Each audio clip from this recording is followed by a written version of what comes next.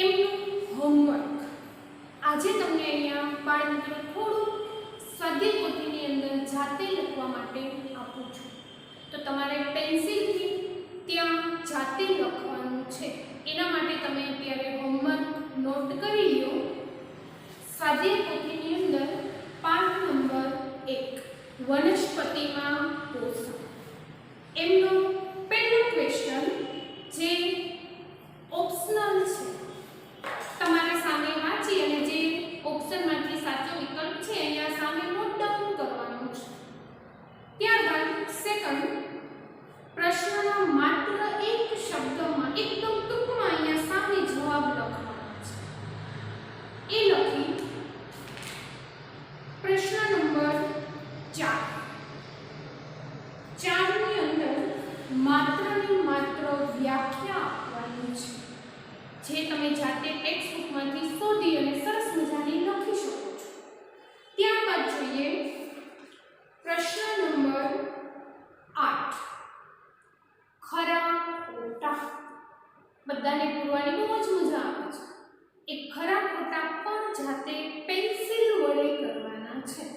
ત્યારબાદ નંબર 9 ખાલી જગ્યા પૂરો. યોગ્ય શબ્દ વડે એક કે બે જે ખાલી જગ્યાઓ આપેલી છે એ તમારે પૂરવાની છે. ત્યારબાદ 10 નંબર જોડકા જોડ.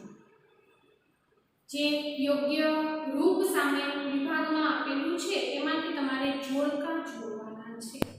આટલું ઘરે હોમવર્કની અંદર તમારે પેન્સિલથી જ, કોઈ બોલપેનથી લખશે નહીં. માત્ર પેન્સિલથી સારા અક્ષરે બધું જ લખી લેવાનું છે. એ અહીંયા એકવાર હોમવર્ક તમને નોટ ડાઉન કરાવી દઉં છું. ત્યારબાદ વિજ્ઞાનનું બીજું ચેપ્ટર હું શરૂ કરીશ. તમે હોમવર્ક નોટ કરી લો.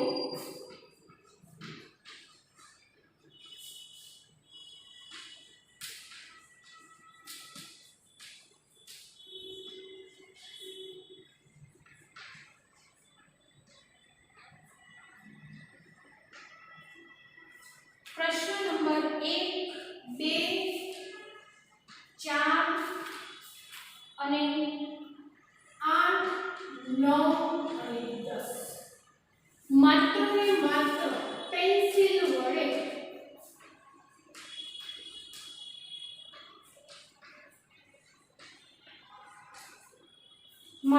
પેન્સિલ વડે જ પૂરવું. નોટ ડાઉન કરી લેજો. ચલો ત્યારબાદ હવે જોઈએ ટેક્સ્ટ બુકની અંદર ચેપ્ટર નંબર 2 પ્રાણીઓમાં પોષણ. પહેલું ચેપ્ટર આપણે ભણી ગયા. કયું હતું? તો કે વનસ્પતિમાં પોષણ. હવે આપણે જોવાનું છે પ્રાણીઓમાં પોષણ.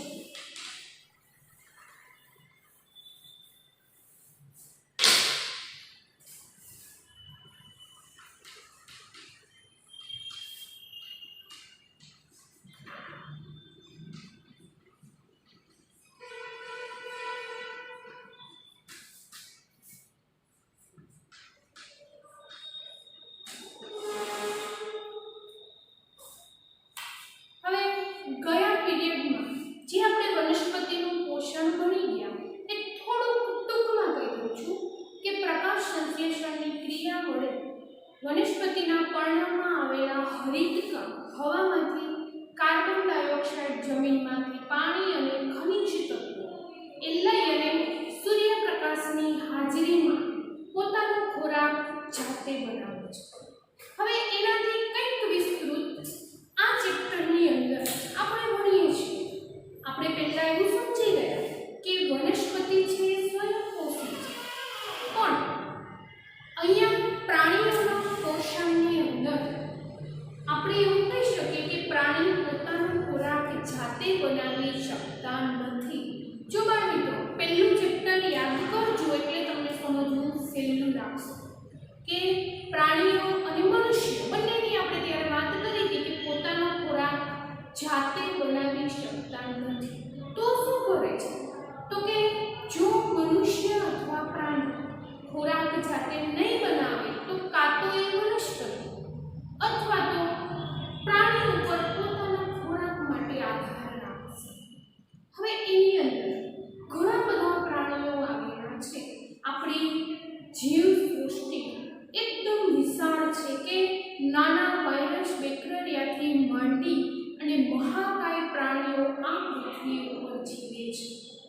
બધા પોતાના જીવન ટકાવી રાખવા માટે કંઈક ને કંઈક અંશે એ પોતાના શરીર માટે ક્યાંકથી પણ ખોરાક ગ્રહણ કરે છે.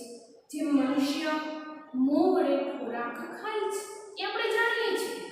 અથવા તો બીજું ઉદાહરણ લઈએ કે ગાય, ભેંસ એ બધા જ જે પ્રાણીઓ છે એ રસ્તા ઉપર પડેલી રોટલી અથવા તો બીજા કોઈ પણ પર્ણો કે જેને આપણે ઘાસ કહીએ છીએ એ બધું ખાય છે. આ એક નાનું ઉદાહરણ કે મનુષ્યને પોતાનું જીવન ટકાવી રાખવા અથવા તો પ્રાણીને પોતાનું જીવન ટકાવી રાખવા ક્યાંકથી ને ક્યાંકથી પોષણ મેળવવું પડે જ છે. આપણે ધોરણ 6 ની અંદર કંઈક શીખી ગયા અને એ જ વસ્તુ ધોરણ 7 ના પહેલા પાઠમાં પણ શીખી ગયા. અને અહીંયા બીજા પાઠની અંદર તમને નીચે ખાલી જગ્યા આપેલી છે કઈ તો કે ખોરાકના વિવિધ ઘટકો. તમે પેન્સિલ લઈને સાથે બેઠા જ હશો ત્યાં તમારી જાતે નોટ ડાઉન કરો અથવા તો હું અહીંયા કરાવું છું ત્યાં નોટ ડાઉન કરી લ્યો કયા પદાર્થો તો કે નંબર 1 કાર્બોદિત, નંબર 2 પ્રોટીન, નંબર 3 ચરબી, વિટામિન, નંબર 5 ખનિજ તત્વો.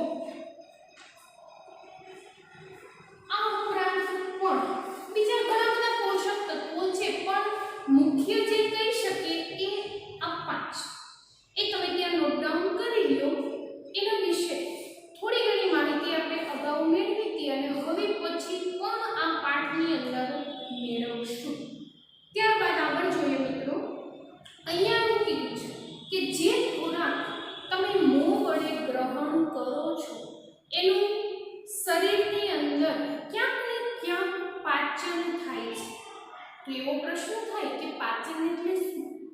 તો કે શરીરના મોં વડે ગ્રહણ કરેલા ખોરાકને મળદ્વાર વાટે બહાર નીકળે ત્યાં સુધીની જે વચ્ચેની પૂરેપૂરી પ્રક્રિયા છે એને આપણે પાચન તરીકે ઓળખી શકીએ.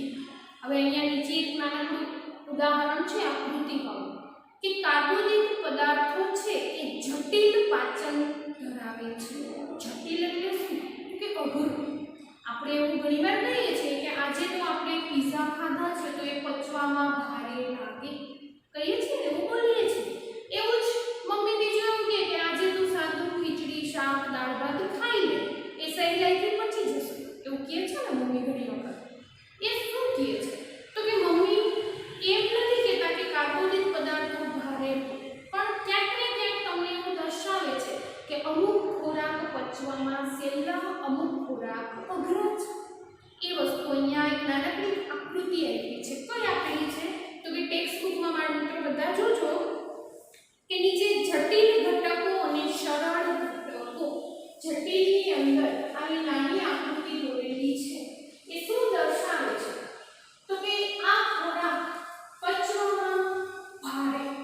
જટિલ ઘટકો એટલે કેવા કે સહેલાઈથી પચી શકે નહીં. જ્યારે બીજી આકૃતિમાં નીચે આપેલું છે કેવા તો કે સરળ ઘટકો. સરળ એટલે કેવા તો કે સહેલાઈથી એ ખોરાક પચી જશે એને પચતા વધારે સમય લાગશે નહીં. ત્યારબાદ આગળ જોઈએ ખોરાક મેળવવાની જુદી જુદી પદ્ધતિ. હવે એના માટે નીચે એક કોષ્ટક પણ આપેલું છે જે આપણે સાથે સમજીએ. ત્યાં પણ તમારે પેન્સિલ વડે નોટ ડાઉન કરવાનું છે. પેલા મૌખિક ચર્ચા કરી લઈએ કે ખોરાક મેળવવાની જુદી જુદી પદ્ધતિમાં અહીંયા 2-3 ઉદાહરણ આપેલા છે. એમાં પહેલું કે અમુક પ્રાણીઓ તૃણાહારી એટલે કે માત્ર ઘાસ અને કોઈ પણ લીલોતરી પાન ખાય છે એને કહી શકીએ તૃણાહારી. એ પ્રાણીઓ કેના ઉપર આધાર રાખે તો કે લીલા કોઈ પણ પદાર્થ. એમાં નાનું વરસાદ આવે ચોમાસું આવે તો ઘાસ હોય એ ગાય ભેંસ એ બધા ઘાસ પણ ખાય છે. એવું જ અમુક પ્રાણીઓ કે જે માત્ર ને તેમાંથી બીજા નાના પ્રાણીનો શિકાર કરી અને પોતે એ ખાય છે. ઉદાહરણમાં કહી શકીએ અજગર. એ શું કરે તો કે નાના સાપ અને બીજા ઉંદરને ગળી જાય છે અને પોતાના શરીરમાં એનું પાચન કરે છે. એ ઉપરાંત મનુષ્યનું ઉદાહરણ આપ્યું છે કે નાનું બાળક ખોરાક ક્યાંથી ગ્રહણ કરે તો કે માતાના દૂધમાંથી. એ બાળક જન્મી અને સીધું જ એ કંઈ પણ ખાઈ શકતું નથી, પણ શું કરે તો કે માતા જે પોષક તત્વો પોતાના ખોરાકમાં મેળવે છે એ પોષક તત્વો પાચન થઈ અને કોને મળે તો કે બાળક. જે બાળક માતાનું દૂધ પીવે છે એને બધી જ પ્રકારના પોષક તત્વો મળી રહે છે. એ ઉપરાંત સૂક્ષ્મ જીવો.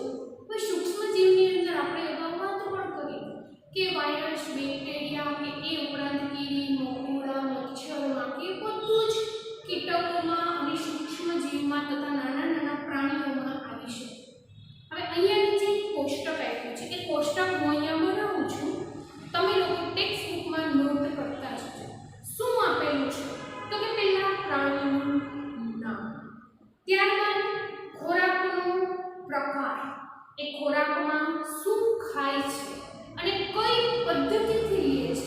જો પદ્ધતિ એટલે શું તો કે મનુષ્ય હોય તો એ મોં વાટે કોઈ પણ ખોરાક મોંમાં મૂકી અને એ ચાવે છે અને પછી એનું પેટમાં જઈ અંદર પાચન તંત્રમાં એનું પાચન થાય છે.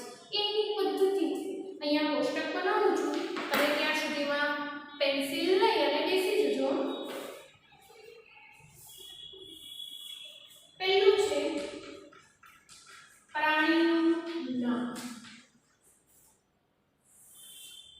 બીજું છે ખોરાકનો પ્રકાર, ત્રીજું છે ગ્રહણ કરવાનું પ્રકાર,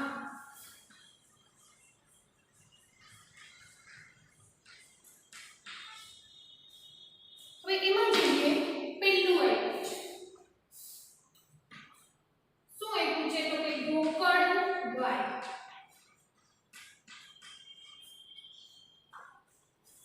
ઘણા બધાએ ગોકળ ગાય જોઈ હશે અને જો પણ મિત્રો ના જોયું તો ઘરે મમ્મી અથવા પપ્પાને પૂછજો. એ ખૂબ જ સરસ રીતે તમને સમજાવશે કે એકદમ નાનું જીવ કે જેને તમે જોઈ તો શકો જ પણ કેવું તો કે એકદમ નાનું. ગોકળ ગાય ખોરાકના પ્રકારમાં શું ખાય છે તો કે એ પર્ણ ખાય છે. પર્ણ ઉપર એ બેઠેલી હોય અને જે પર્ણ ઉપર એ બેસે છે એ પર્ણને એ કોતરી કોતરીને ખાઈ જાય છે. સાથે બીજું શું ખાય તો કે નાના નાના જીવ જંતુ. અહીંયા લખું છું પર્ણ અને જીવ જંતુ.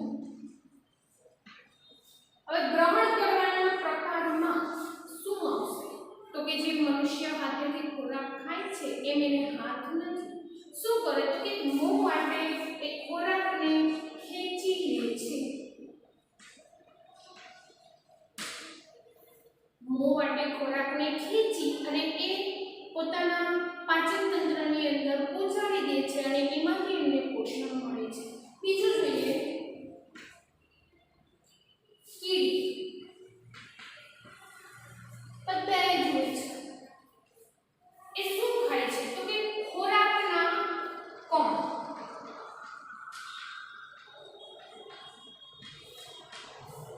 ખોરાકના કણ ખાય છે અને મનુષ્યની જેમ જ એ કેવું ખાય તો કે ચાવીને. ભલે એ ખૂબ જ નાની છે પણ પોતાનો ખોરાક ચાવી અને ગ્રહણ કરે છે. અમુક ઘરની અંદર રહેલા પદાર્થો અથવા તો બીજી કોઈ પણ વસ્તુ જમીન ઉપર પડેલી હોય ત્યારે કીડીઓ એમને ખાતી તમે જોઈ શકો છો. ત્રીજું જોઈએ સમડી.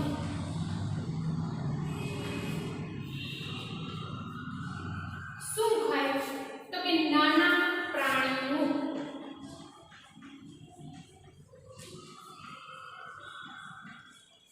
આપણે વાત કરી હતી હમણાં જ થોડીક વાર પહેલા કે અમુક માંસાહારી પ્રાણી અથવા પક્ષી એમનાથી નાના પ્રાણીઓનો ખોરાક તરીકે શિકાર કરે છે.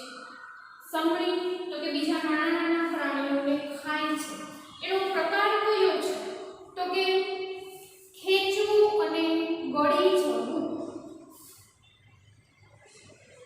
ખેંચવું, ત્યારબાદ એને પકડવું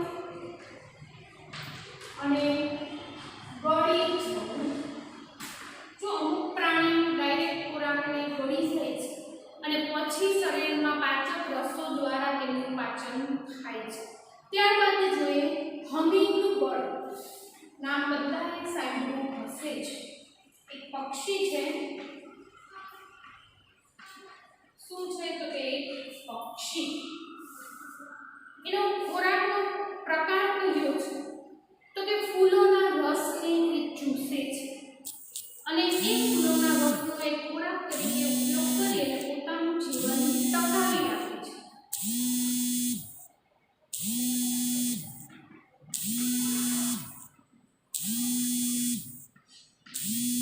ફૂલોનો રસ.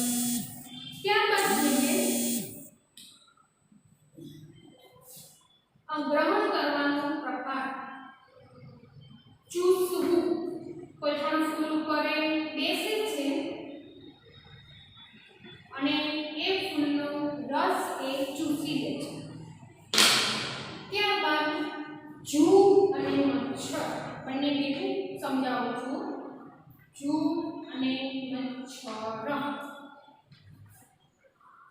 પણ જોયું છે બાકી તો જૂ જોઈ છે તો કે ના, ફોટામાં જોઈ છે. કારણ કે આજના સમયમાં સ્વચ્છતાને મહત્વ આપણે આપીએ છીએ એટલા માટે આ જૂ વધારે જોવા મળતી નથી.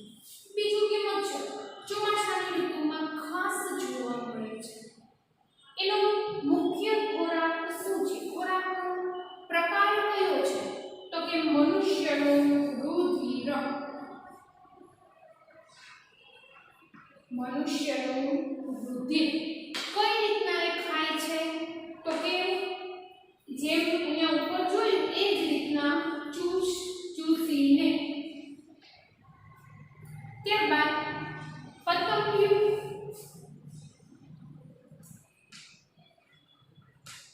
બધાએ જોયું છે સરસ મજાનું રંગબેરંગી પતંગિયું. શું કરે તો કે ફૂલોના રસને ચૂસે. કઈ રીતના તો કે નળી માટે એ શોષણ કરે છે. નળી માટે ખેંચે છે. ત્યારબાદ છેલ્લું માખી. ખોરાકનો પ્રકાર કયો છે તો કે ગંદા, સનલાઇટ અને ગળિયા પદાર્થો.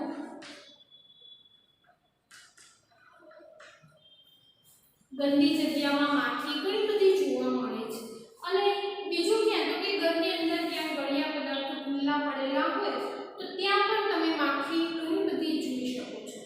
એમનો ગ્રહણ કરવાનો પ્રકાર કયો તો કે જે પણ ખોરાક ત્યાં પડેલો છે એને પહેલા એ પલાળે છે. પલાળીને ચૂસે. પલાળીને ચૂસવું. મજા આવી ને બાળકો? આ રીતના અહીંયા આપણે થોડા ઉદાહરણ આપ્યા છે. પણ આવું તમે તમારી જાતે પણ શોધી શકો કે બીજા એવા કયા કયા પ્રાણી, પક્ષી કે કીટકો છે કે જે પોતાનો ખોરાક અલગ અલગ રીતે મેળવે છે. આ બધું જ તમે લખી લીધું હશે. ત્યારબાદ આગળ જોઈએ કે સરસ મજાની સ્ટાર ફિશ જેને તમે કહો છો, તારા માછલી, એનું ચિત્ર આપ્યું છે અને એક્સ્ટ્રા તમારી જાણકારી માટે માહિતી આપી છે કે સ્ટાર ફિશ પોતાનો ખોરાક કઈ રીતના ગ્રહણ કરે છે. તો કે પહેલું એમાં સરસ મજાનું આપ્યું છે કે તારા માછલી કેલ્શિયમ કાર્બોનેટનું જે કીટક અથવા પ્રાણી ઉપર કવચ હોય, સખત કવચ બનેલું હોય એમનો જ ખોરાક તરીકે ઉપયોગ કરે છે. કઈ રીતના તો કે એ કવચને તોડી નાખે છે અને ત્યારબાદ અંદર જે નરમ પદાર્થ નીકળે છે એ સ્ટારફિશ પોતાના જઠરને મોં વાટે બહાર કાઢી શકે છે. એ જઠરની અંદર એ ખોરાક ગ્રહણ કરી લે છે, એ જે નરમ ખોરાક છે એ ગ્રહણ કરી અને ફરી પાછું જઠર પોતાના મોઢા વાટે પોતાના શરીરમાં લઈ જાય છે અને ત્યારબાદ પાચક રસો વડે તેમનું પાચન કરી શકે છે. હવે એના પછીનો પોઈન્ટ જોઈએ. મનુષ્યમાં પાચન, આપણું પોતાનું પાચન. મનુષ્ય પોતે કઈ રીતના પાચન કરી શકે છે એ આખી સરસ મજાની આકૃતિ છબી આ પાઠની અંદર સમજાવેલું છે. હવે આપણે શું કરીએ છીએ તો કે સૌથી પહેલું મોં વાટે ખોરાકને ગ્રહણ કરીએ છીએ. એ બધા જાણો છો, નાનું બાળક જેમ જેમ મોટું થતું જશે એમ પોતાના મોંમાં જાતે હાથ વડે ખોરાક લઈ અને ખાતું જશે. આપણે બધા અત્યારે શું કરીએ છીએ તો કે જાતે ખોરાક જે પણ હોય એ બધું લઈ અને મોં વાટે શરીરમાં અંદર જવા દઈએ છીએ. એમાંથી શું તો કે શરીરમાં તમે જે બધું ખાધું છે એ બધું જ શરીરમાં વિવિધ અંગોની અંદર પસાર થતું જશે. જો સૌપ્રથમ તમને મૌખિક માહિતી આપું છું, પછી પોઈન્ટ વાઇઝ આગળ સમજાવશે. સૌપ્રથમ એ શરીરની અંદરથી પસાર થતું જશે વિવિધ અંગોમાંથી. જેમ જેમ એ પસાર થશે એમ વિટામિન્સ, ખનિજ ક્ષાર, પાણી અને બીજા જરૂરી પોષક તત્વો શરીરની અંદર શોષાતા જશે. ત્યારબાદ અમુક પદાર્થ એવો હશે કે જે વધારાનો છે કે એમની અંદર એક પણ પ્રકારના હવે પોષક તત્વ નથી, શરીરને એ જરૂર નથી. જો એ પાણી સ્વરૂપે હોય તો અને જો એ ઘન સ્વરૂપે હોય તો મળ દ્વારા એ શરીરની બહાર નીકળે છે. આ એક સામાન્ય અને સીધી પ્રક્રિયા છે કે મનુષ્ય પોતાનો ખોરાક ખાય છે અને વધારાનો વધેલો ખોરાક મળ દ્વારા એ બહાર કાઢે છે, જેનો નિકાલ ખૂબ જ જરૂરી છે. હવે એમના એક નાનકડા પોઈન્ટ જોઈએ અને એ થોડુંક મૌખિક સમજાવું છું કે એની અંદર કયા કયા અંગો આવે છે.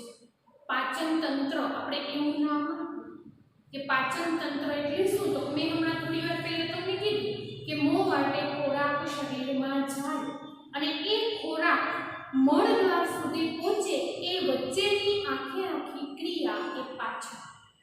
હવે એની અંદર કયા કયા અંગમાંથી એ પસાર થાય છે એના મુખ્ય પોઈન્ટ આપ્યા છે એ બતાવું છું તમને. પહેલું છે મુખ. હા,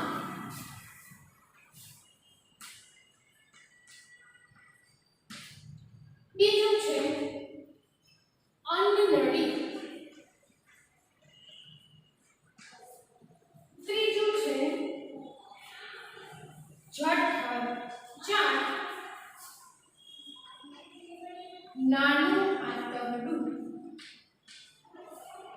5 મોટું આંતરડું અને 6 મળદ્વાર. હવે આ 6 પોઈન્ટની અંદર મનુષ્યનું પૂરેપૂરું પાચન સમાવેશ થાય છે. હવે આ 6 પોઈન્ટ કયા તો મુખ, અન્નળી, જઠર, નાનું આંતરડું, મોટું આંતરડું અને મળદ્વાર. આ બધાની અંદર આખું પૂરેપૂરું પાચન તંત્ર સમાવિષ્ટ થાય છે. હવે શું થશે તો કે તમે મુખ ગૃહા દ્વારા કોઈ પણ ખોરાક ગ્રહણ કરશો એ સૌપ્રથમ ક્યાં જશે તો કે અન્નળીની અંદર. પણ એ અન્નળીમાં જશે એ પહેલા આપણા મોઢાની અંદર આવેલા અમુક પ્રકારના પાચક રસો એ શરીરની અંદર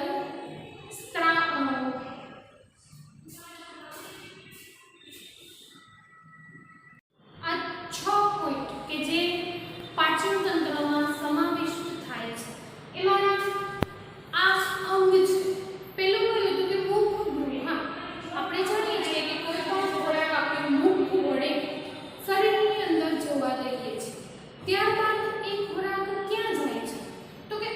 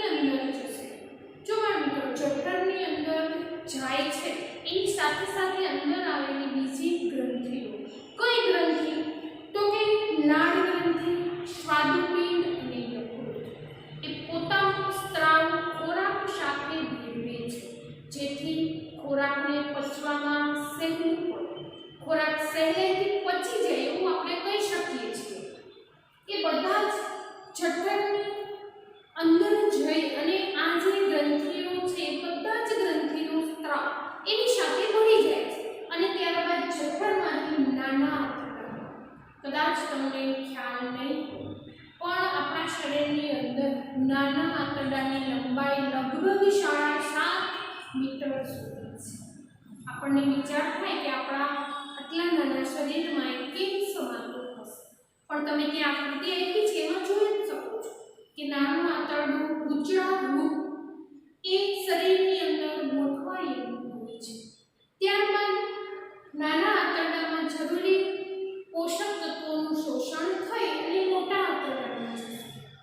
ત્યાં પણ સેમ આ જેવી જ પ્રક્રિયા કે વધારાનું પાણી અને પોષક તત્વોનું શોષણ થઈ અને ત્યારબાદ વધેલો પાછો ખોરાક જે શરીર માટે જરૂરી નથી એ બધું ક્યાં જશે તો કે મળ દ્વાર વાટે તમે એને બહાર શરીરમાંથી ફેંકી શકો છો, કાઢી શકો છો.